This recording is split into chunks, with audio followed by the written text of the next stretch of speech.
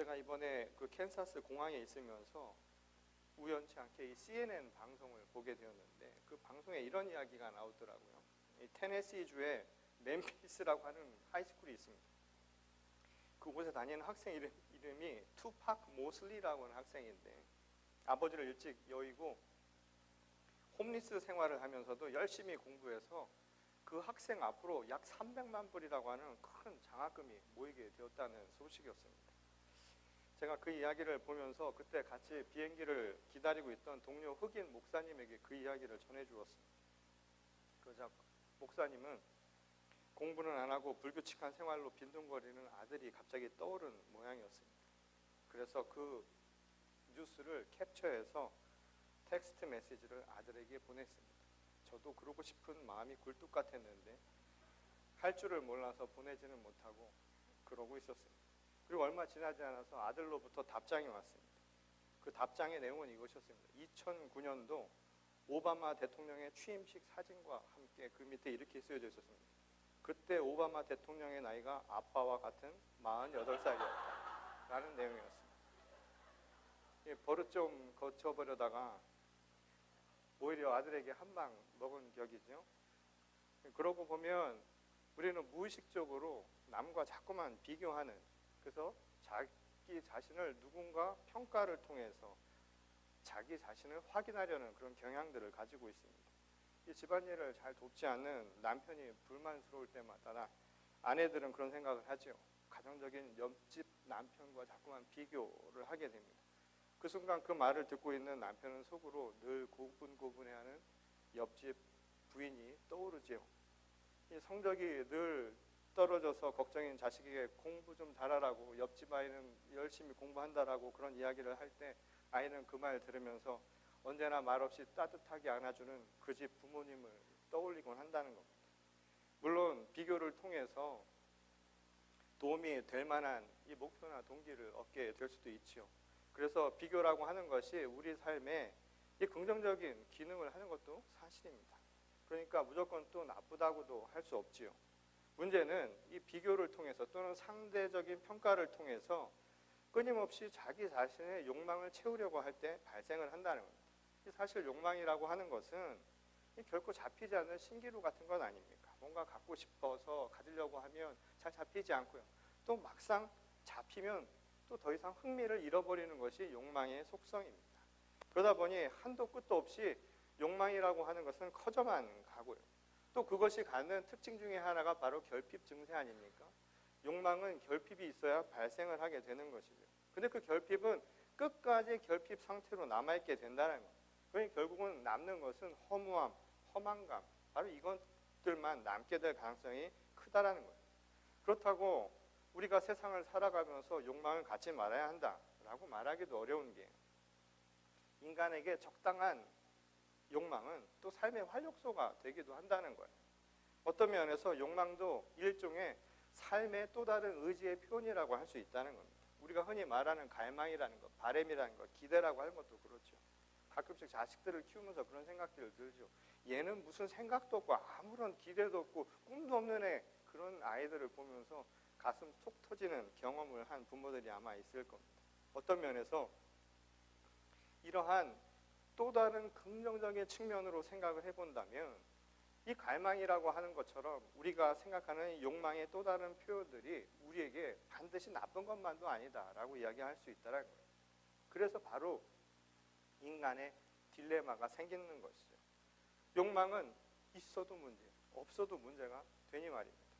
그저 이 문제를 벗어나기 위해서 우리가 할 수 있는 말이라고는 적당하게 해야 된다라는 말밖에 없는 것이죠. 근데 이 적당이라는 말도 정말 애매모호한 것 아닙니까? 우리 한국 분들 잘하는 말이죠. 적당히 하자고. 특히 손맛의 비법을 묻는 며느리에게 적당히 하면 된다는 이 시어머니의 말처럼 무서운 말도 없지요. 결과적으로 보면 남이나 다른 대상과 끊임없이 우리가 상대평가할 수 없는 이유가 바로 여기에서 발생을 한다는 겁니다. 왜냐하면 절대적인 답이 없으니까. 완전한 기준이나 해답을 우리가 갖지 못하니까 모든 것을 상대적으로 평가하는 것 말고는 뚜렷한 방법이 없다는 겁니다. 제가 가끔씩 그런 이야기를 해요. 우리 청년들은 너무 잘생기고 너무 예쁘다고 제가 어디 가서 항상 그렇게 얘기를 합니다. 그랬더니 누가 그러더니 다 보기에 따라 다른 법이라고요. 제 눈에 그렇게 보인다라는 겁니다. 사람들이 세상을 살아가면서 말하는 상당 부분은 그런 의미에서 절대적인 기준을 갖기 어려운 것 투성이라는 것이, 인생이라고 하는 것을 놓고 본다 할지라도 어떤 것이 우리들에게 궁극적인 목적이고 그것이 우리에게 옳은 답이냐, 어떻게 살아야 정말 행복을 이룰 수 있는 것인가, 어떤 것이 정말 인간으로서 살아가는 참된 모습이라고 이야기할 수 있는 것이 무엇인가에 대해서 우리는 불명확성을 늘 갖고 살아가기 마련이라는 겁니다. 어떤 의미에서 보면 삶의 방식이나 목적이 어느 한 방향으로 일정하게 정의되는 이 직선적인 사고를 가지는 오늘날의 우리 시각과는 달리 실제 현실 속의 우리의 삶은 불명확하고 때로는 모든 것이 섞여 있는 것 같고 환원되는 듯한 상태를 바로 우리는 체험하고 있다는 것이죠. 그래서 어떤 이들은 Circle of Life라고 하는 말을 쓰기도 하죠. 다시 말해서 우리의 인생은 원처럼 환원적인 상태, 돌고 도는 모습과 같다라는 겁니다. 그런 의미에서 성서에서도 이와 비슷한 내용을 찾게 되는데, 이 사도행전의 1장 8절 말씀을 보면 이런 얘기가 나오죠. 이 땅끝까지 가서 이 하나님의 복음 그리고 제자를 삼으라라고 하는 이야기가 나옵니다. 근데 당시로 생각을 해보면 지구를 둥글다라고 생각을 못할 때였으니까 그렇다 치지만, 오늘날 이 성경을 읽고 있는 우리들의 입장에서 땅끝이라고 하는 곳, 그게 과연 어디를 의미하는 것일까요? 여러분은 땅끝이 과연 어딘지 아십니까? 둥그런 지구 선상에서 우리가 원을 그려놓고 볼 때 과연 끝이 어디냐라고 말할 수 있겠느냐는 것이죠. 만일 끝이 어디 있는가라고 말할 수 있는 건 한 가지 방법밖에 없죠. 그것은 어느 한 지점을 시작점으로 삼아야만 가능하다는 겁니다. 그런데 재미있는 것은 이 원이라고 하는 것, 이것의 특징은 그 끝점을 알기 위해서는 시작을 잡아야 되는데, 결국 시작을 잡고 나중에 선을 그어보면 결국 끝이 처음이 시작했던 그 시작점이라는 사실을 발견하게 된다는 겁니다. 그 시작이 곧 끝이라는 결론에 이르게 된다는 것이죠. 그런 의미에서 이 말씀의 의미를 다시 한번 생각해 보게 된다는 거예요. 땅끝이라고 하는 것은 그런 의미에서 바로 내가 선 이 자리라는 것이죠. 나가서 하나님의 복음을 전하라는 것, 하나님의 나라를 만들어 가라는 것, 그래서 사회적인 복음을 이루고 세상 끝까지 하나님의 나라가 임할 수 있도록 행하라고 하신 그 말씀에 그 출발선은 어디까지나 내가 변해야 한다라고 하는 것을 그 안에 내포하고 있다는 겁니다. 땅끝은 바로 내가 선 이 자리가 곧 땅끝이요 시작점이 될 수 있다는 거예요. 그리고 아무리 많이 교회를 세워도 아무 소용이 없는 것 아닙니까? 아무리 한반도에 교회에 십자가가 많다고 한들 거기를 과연 복음화된 세상이라고 이야기할 수 있겠느냐는 거예요. 그것은 내가 선 자리, 내 각자의 삶이 변화되지 않는 한 아무 소용이 없는 것이라는 거예요. 그런 의미에서 이 말 안에는 우리에게 무엇을 가르쳐 주는가? 하나님의 나라라고 하는 것을 이루라고 하는 대명제, 대사명도 있지만 그와 함께 내 안에 신앙적인 결단, 내 신앙적인 노력이라고 하는 것이 함께 이루어져야 한다는 것을 가르쳐주는 말씀이란 것이죠. 바로 여기에서 저는 바로 매듭이라고 하는 한 단어를 떠올리게 됩니다. 이 매듭을 짓는다라고 하는 것은 이 시작과 끝을 결정짓는 아주 중요한 결단이 될 수도 있고 모멘텀이 되는 행위라는 거예요. 우리가 세상을 살아가는데 끝도 알 수 없고 시작도 알 수 없는 그 순간에 매듭을 짓는다라는 것은 끝을 맺는다는 것이고, 그 끝을 맺는다라는 것이 결국은 우리 삶의 시작이 무엇인가를 다시 한번 생각하게 만들기 때문이라는 겁니다. 그런 의미에서 기독교 신앙은 매듭을 짓는 과정이라고 해도 과언이 아니라는 거예요. 여러분, 부활이라고 하는 새 생명을 얻기 위해서는 내가 십자가의 고난이라고 하는 매듭을 져야만 가능하다는 겁니다. 내가 죽지 아니하고는 결코 부활을 체험할 수 없는 것, 이게 바로 기독교 신앙의 핵심 아니겠습니까? 내가 그리스도 안에서 새로운 피조물로 거듭나기 위해서 회개하는 것, 그래서 새롭게 세례를 받듯이 옛 사람은 죽는 매듭을 짓지 않으면 우리는 그리스도 안에서 새로운 피조물로 거듭날 수 없다라는 것이죠. 그런 의미에서 삶의 커다란 변화를 위해 우리에게 필요한 이 매듭 짓는다라고 하는 것은 신앙의 아주 중요한 행위라는 것을 우리가 알 수 있다는 겁니다. 오늘 우리가 읽은 이 본문의 말씀에서도 이와 관련된 내용을 다시 한번 확인하게 되죠. 오늘 본문 말씀을 보면 예수께서 세상의 평화와 다른 평화를 너희에게 주겠노라 라고 약속하시는 말씀이 나오죠. 여기서 이 평화라고 하는 말은 이 헬라어로 에이레네라는 단어를 사용했는데요. 이 말엔 두 가지 의미가 있습니다. 하나는 몸모로부터의 자유로움을 의미하는 거예요. 평화라고 하는 것은 몸모로부터의 자유로움입니다. 또 다른 하나는 그 자유로움으로 인해서 얻는 평안함을 의미하는 거예요. 그래서 다른 우리 번역본을 보면 평화라고 번역을 하지 않고 평안이라고 했던 이유도 바로 여기에서 찾을 수 있습니다. 그런데 예수께서 이 말을 하시면서 세상의 평안과 자신이 줄 평안은 다른 성격이다, 그렇게 이야기를 하셨어요. 그리고 그 뒤에 그 이유를 이렇게 얘기합니다. 세상이 주는 평안은 여전히 걱정과 두려움을 남겨두고 있기 때문이라는 거예요. 그러니까 세상에서의 평안이라고 하는 것은 여전히 우리에게 두려움과 걱정거리가 남아있는 불완전한 상태라는 겁니다. 완전하지 못한 것이라는 거예요. 불완전해서 진정한 자유도 느끼지 못하는 거예요. 사람이 자유를 느낀다라고 하는 것은 완전함이 없이는 사실은 불가능해요. 우리가 어디에 갇혀서 지내지 않는다고 해서 자유로운 게 아니라는 거예요. 끊임없이 우리를 불안하게 만드는 게 얼마나 많습니까? 시간에 쫓겨서 살아가잖아요. 그것도 우리를 자유롭게 못 만드는 것이죠. 물질이 부족하다라고 하는 생각이 생기면 그 생각만으로도 우리는 힘들게 되는 겁니다. 부자연스러워지는 거죠. 자유로움을 못 느끼는 거예요. 제가 여러분들의 오늘 의사와 상관없이 여기서 한 2-3시간씩 설교를 한다고 생각을 해보십시오. 여러분들은 벌써 마음에 불안감이 생겨나기 시작하고 자기의 선택이 없기 때문에 오는 어려움들이 반드시 생겨난다는 거예요. 이것이 바로 불완전한 세상이 주는 이 평안의 약점, 결점이라고 이야기를 하신 것이죠. 물론 그렇다고 해서 세상에서 우리가 말하는 정의 내리는 평화나 평안이라고 하는 것이 아주 없는 것은 아니죠. 그런데도 불구하고 예수께서 이 개념을 둘로 나누어 설명하신 이유는 무엇이었을까요? 그것은 바로 이 평화와 평안 이 자체에 대한 개념이 아니라 하나님의 나라와 이 세상이라고 하는 것이 어떻게 다른가 하는 것을 우리에게 설명하기 위함이다라고 생각을 해보게 됩니다. 그 세상이라고 하는 것, 예수님께서 보신 이 세상은 말 그대로 자기 삶을 추구하는 이 개별 인간들이 주체가 되어서 살아가는 공간을 뜻하는 것이죠. 그런데 이 세상은 어떻게 움직이냐 하면 욕망의 주체인 개인들이 움직이는 세상이라 욕망을 쫓아서 살아가게 된다는 겁니다.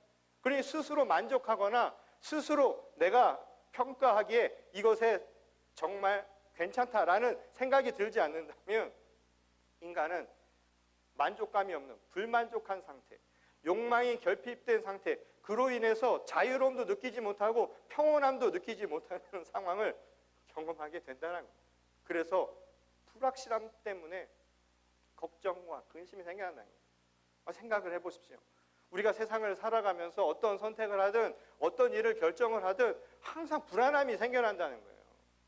이 사실 지나놓고 생각을 해보면 아무것도 아니었단 말이에요. 그런데 우리는 당장 앞으로 어떤 일이 생겨날지 알 수가 없지요. 불안하지요. 불확실하니까 그게 안 되는 겁니다. 그리고 막상 해보면 완전히 만족하는 것도 없어요. 우리가 그것에 순복하지 않는다면, 어떤 것을 내가 받아들이지 않는다면 우리는 항상 불완전한 상태로 살아갈 수밖에 없다는 겁니다. 그것만이 아니죠. 이 개인이 주체라고 하더라도 이 세상은 혼자만 사는 세상이 아니에요. 그러니 자기 마음대로, 자기 뜻대로 될 수가 없죠. 아니, 내 마음대로 되겠습니까? 제가 운전을 해도 말이에요. 가끔씩 제가 운전을 하면 뒤에 사시는 우리 교인분들이 굉장히 화를 많이 내시는 거예요. 왜냐하면 저는 법정 속도대로 달려요. 60마일 달려서는 60마일 달려요. 근데 왜 저한테 화를 내시는지 모르겠어요. 근데 이유를 보면 앞엔 텅 비어 있어요. 다른 차들은 빨리 다니는데 저는 천천히 다니면 다 화를 내십니다. 제가 운전을 할 때 항상 저는 안전하게 운전을 하려고 노력을 합니다. 안전하게 하려고 해요. 근데 문제는 제가 사고를 저희 집에서 제일 많이 냈어요. 왜냐하면 제 말대로 되는 게 아닌 거예요. 왜냐하면 다른 사람이 와서 들이받는데 어떻게 해요? 그거 알 수가 없는 거죠. 세상은 자기 혼자만 자기 뜻대로, 자기 의지대로, 자기 신념대로만 살아갈 수가 없다는 거예요. 그래서 누려지지도 않고 만족감을 자기 원하는 방식대로 그대로 받기가 어려운 구조라는 거죠. 여기서 말하는 평화라는 말도요, 한자어로 보면 여러분 평화라는 말이 한자어로 어떻게 되냐면 화자는 이 쌀, 벼의 의미입니다. 이 부자가 있어요. 그 평자는 평평할 평자입니다. 이 말의 의미가 뭐냐면 쌀을 같이 동등하게 나눠 먹는 거예요. 우리 동양 사회에서의 평화는 뭐냐면 함께 골고루 나눠 먹는 거예요. 근데 그런 일이 생기냐 말이에요. 싫잖아요. 저는 가끔씩 저희 애랑도 과자 먹을 때 새 먹기가 좀 그렇더라고요. 항상 하고 나면 저희 아이가 왜 아빠는 항상 그렇게 2개씩 들고 가냐고 저에게 불만을 털어놓는데, 이 사람의 욕심이라는 게 또 무의식적인 행동이라는 본능이라고 하는 것이 인간을 평화의 길로 인도하지 못한다는 것이죠. 욕망을 가진 이 개별 주체들이 서로 골고루 함께 나누며 산다는 것은 현실적으로 불가능하다는 거예요. 그런 상황 속에서 인간이 그나마 생각할 수 있는 게 뭐냐면 평가하는 거예요. 서로 상대방을 통해서. 내가 쟤보다 더 많이 가졌는가 아닌가, 내가 쟤보다 나은가 아닌가를 통해서 자기 삶을 그냥 바라보면서 살아가는 것. 이게 현실 세상의 모습이라는 거예요. 그러니 이 안에서 정말 완전히 만족하면서 평안한 삶을 누린다는 것, 그래서 자유로움을 느낀다는 것은 말 그대로는 불가능한 현실이라는 겁니다. 그래서 예수께서 말씀하신 거예요. 무엇을 먹을까, 무엇을 마실까, 무엇을 입을까를 걱정하지 말라고요. 그 이야기를 하신 것도 마찬가지죠. 세상에 주는 평안을 찾지 말라는 겁니다. 세상 속에서는 그 모든 것을 채울 수 없다는 거예요. 그러니 진정한 평안은 어디에서 오는가? 내가 주는 것, 곧 하나님의 나라에서 찾으라고 하신 말씀이라는 거죠. 곧 하나님의 나라와 그의 의를 구하라고 하는 것은 삶의 목적과 삶의 방향이라고 하는 것, 내가 궁극적으로 내가 무엇에 신념을 두고 살아야 하는가, 내가 이 땅을 살아가면서도 어디에 내 머리와 내 관심과 내 시선을 두고 살아가야 하는가에 대해서 분명하게 이야기를 해주는 말씀이라는 거예요. 세상은 결코 여러분들을 만족시켜 줄 수 없다는 것이죠. 예수께서 말씀하신 그 하나님의 나라는 말 그대로 하나님의 말씀으로 통치되는 나라입니다. 그리고 그런 상태를 의미하는 것이죠. 그러니까 하나님의 말씀이 우리 삶의 근본 방식이에요. 유일한 목적인 거예요. 그 신념대로 살아가는 거예요. 이게 바로 하나님의 나라를 살아가는 거예요. 그 나라의 방식은 세상의 방식과는 다른 거예요. 예수님이 하신 말씀은 알 듯 모를 듯 우리에게 비유로 계속적으로 하나님의 나라에 대한 이야기를 하셨죠. 그 비유는 무엇이었을까요? 세상에선 처음 된 자가 하나님의 나라에선 거꾸로 마지막에 될 수도 있다는 것을 가르쳐 주셨죠. 세상에서 가난한 자가 오히려 하나님의 나라에선 부유한 사람이 될 수 있습니다. 축복받는 사람이 될 수 있습니다. 세상에서 애통한 자가 그 나라에서는 정말 희락을 느끼고 하나님 앞에서 참된 축복을 얻을 수 있습니다. 이게 하나님의 나라의 모습이라는 거예요. 세상과는 전혀 다른 방식이라는 거예요. 그런데 세상과 정말 다른 하나님의 나라, 그를 분명하게 특징 짓는 게 뭔지 아십니까? 바로 하나님의 나라는 말씀이 있다는 거예요. 그게 뭘 의미할까요? 하나님의 나라는 하나님의 말씀, 하나님이 계시다는 것이 무엇일까요? 모든 것에 시작과 끝이 있다는 거예요. 모든 것에 원칙이 있다 이 말인 거예요. 고린도전서 13장 12절에 보면 사도 바울이 이렇게 이야기하죠. 우리가 지금은 거울을 보는 것 같이 희미하지만 그때는 얼굴과 얼굴을 대하여 마주볼 것이요. 지금은 부분적으로 알지만 그때가 되면 주께서 나를 아신 것 같이 나도 온전히 알리라 라는 이야기를 했습니다. 하나님의 나라의 특징이 뭐냐면 희미한 게 없어진다는 거예요. 분명하다는 거예요. 분명해서 그 분명함이 우리에게는 확실함으로 다가오는 것이죠. 그 확실함이 우리에게는 무엇으로 나타나냐면 부분만이 아니라 전체라는 거예요. 완전함이 된다는 거예요. 평안, 샬롬, 평화, 에이레네라고 하는 것의 핵심은 뭐냐면 완전함이라는 거예요. 그 완전함은 하나님의 나라에서만 찾을 수 있다는 것이죠. 현실에 불확실하고 불안전한 상태에서는 결코 이룰 수 없다는 거예요. 그럼 여기에서 뭐가 나타나냐? 여러분 확실한 상황이 생겼습니다. 그것에 대해서 완전한 것을 알았습니다. 어떻게 하시겠어요? 어떤 삶을 살아가시겠느냐 이 말인 겁니다. 오늘 하나님의 나라를 지금 이런 모습이라고 세상 사람들에게 이야기하는 것이죠. 오늘 그 말씀을 저를 통해서 여러분들에게 전달하는 것 아닙니까? 하나님의 나라는 이런 모습입니다. 여러분 어떤 선택을 하시겠어요? 여러분 신앙이 어떤 모습이 되겠느냐. 우물쭈물하는 신앙이 될 필요가 없는 것 아닙니까? 내가 무엇을 갖는지 확실한 믿음을 가지고 오늘 나갈 수 있는 길이 생겨나는 것 아니겠느냐 이 말인 것이죠. 현실은 어떤가요? 현실은 필요한 게 있으면 어떻게든지 소유해야 돼요. 아니면 남과 비교해서 얼만큼을 더 많이 가지고 있는가를 가지고 삶의 만족도를 따지는지 모르죠. 그거 참 재밌지 않습니까? 우리 한국의 삶의 만족도를 따지면 그다지 높지 않아요. 그다지 높지 않은 이유가 뭘까요? 비교하는 사회예요. 한국은 유별나게 비교하더라고요. 그렇죠? 제가 보기 괜찮지 않나요? 근데 제가 아직도 그 기분이 굉장히 나쁜 게 말이죠. 한국에 몸 검사하러 가는데 어디 저울에 올라가라고 해서 저울에 올랐더니 요즘에 한국엔 컴퓨터로 다 돼 있더라고요. 그래서 불량 이렇게 나오더라고요. 그 단어가 굉장히 저를 상처나게 만들었는데 뭐가 불량하다는지 잘 모르겠지만 뭐 비만 뭐 이런 게 좀 있는가 본데 여기선 그런 얘기 한 번도 안 듣다가 가서 그런 이야기를 들으니까 말이에요. 그러니 저로서도 거기에 살면 항상 불만족스러울 것 같아요.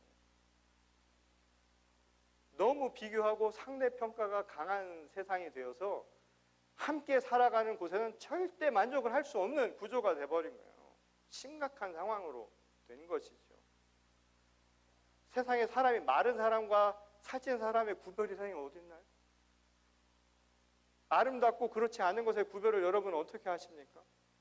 서로를 평가하면서 살아가는, 그래서 끊임없이 누군가와 경쟁하는, 그래서 마치 전쟁터와 같은 삶을 살아간다는 게 얼마나 우리를 피곤하고 불행하게 만드냐 이 말인 겁니다.